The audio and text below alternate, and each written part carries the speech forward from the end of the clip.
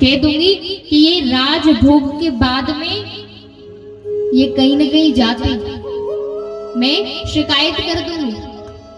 अब यहाँ महाराज जैसे ही कन्हैया ने राधा रानी का ये वचन सुना तो कन्हैया सोचने लगे कि यदि गोसाई जी से राधा रानी ने शिकायत कर दी तो मेरा जो सूरदास जी से नित्य प्रतिदिन में पद सुनता हूँ वो नहीं सुन पाऊंगा, क्योंकि गोसाई जी मेरी बंदी कर देंगे, सारे खिड़की दरवाजे बंद कर देंगे।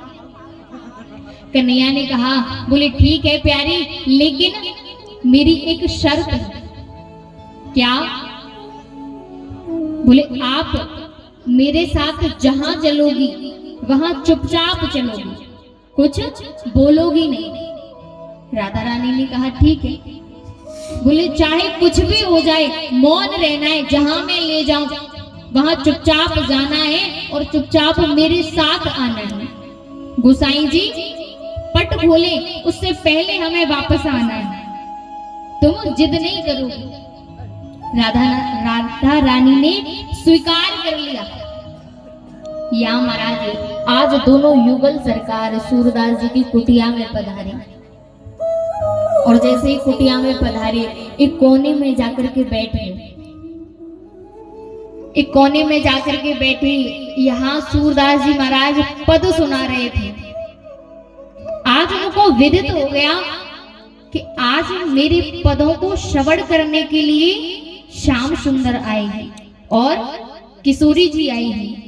राधा सूरदास जी को ये तो रोज महसूस होता था कि कन्हैया मेरे पदों को श्रवण करने के लिए मेरी कुटिया में आते हैं, लेकिन आज तो हृदय इतना प्रसन्न है, उनको सब महसूस हो गया कि किशोरी जी भी आई है। लेकिन यहाँ महाराज भगवान भक्त के साथ में लीला करता है तो यहाँ भक्त भी भगवान के साथ में लीला कर देते। यहाँ सूरदास जी ने क्या किया, एक लीला कर दी दोनों युगल सरकार के साथ। क्या लीला कर दी?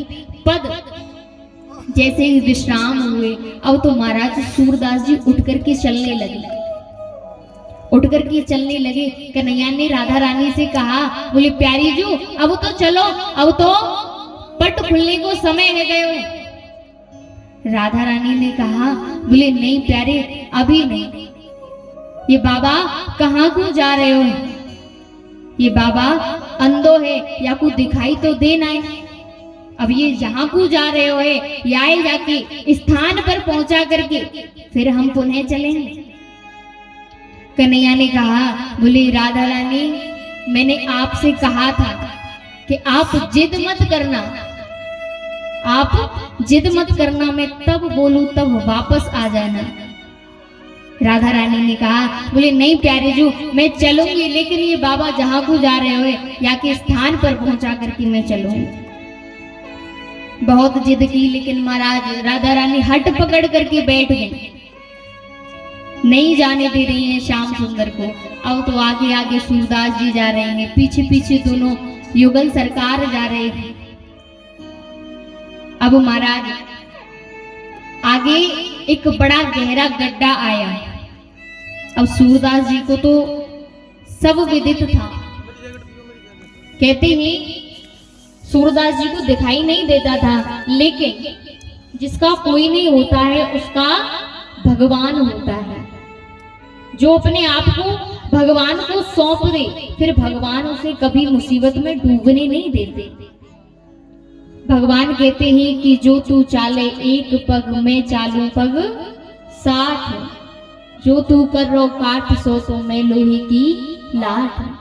सूरदास जी ने यहाँ अपना पूरा जीवन कन्हैया के चरणों में समर्पित कर दिया।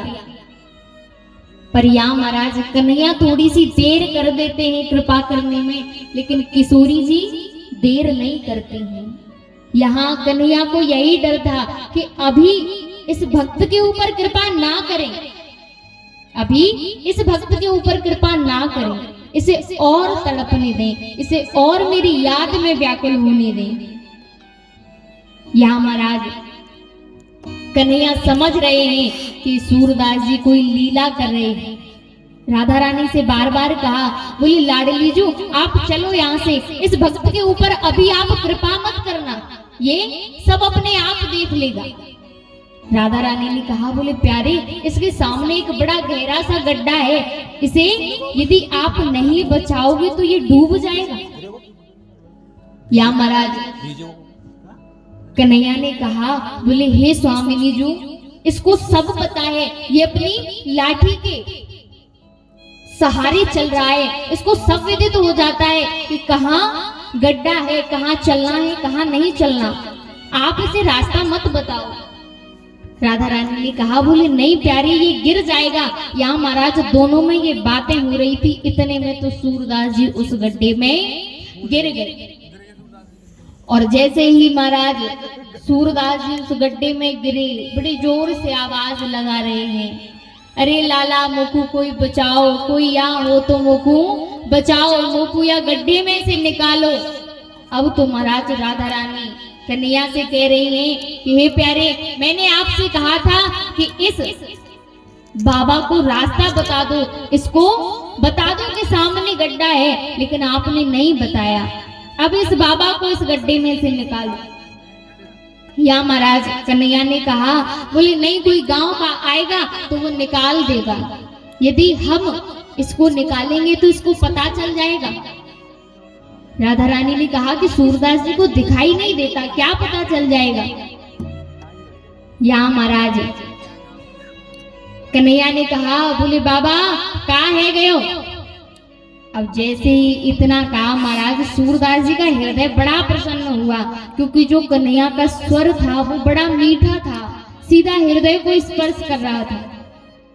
समझ रहे हैं कि ये कोई और नहीं है, ये कन्हैया है, श्याम सुंदर है, लेकिन सूरदास जी भी यहाँ लीला कर रहे हैं। कहा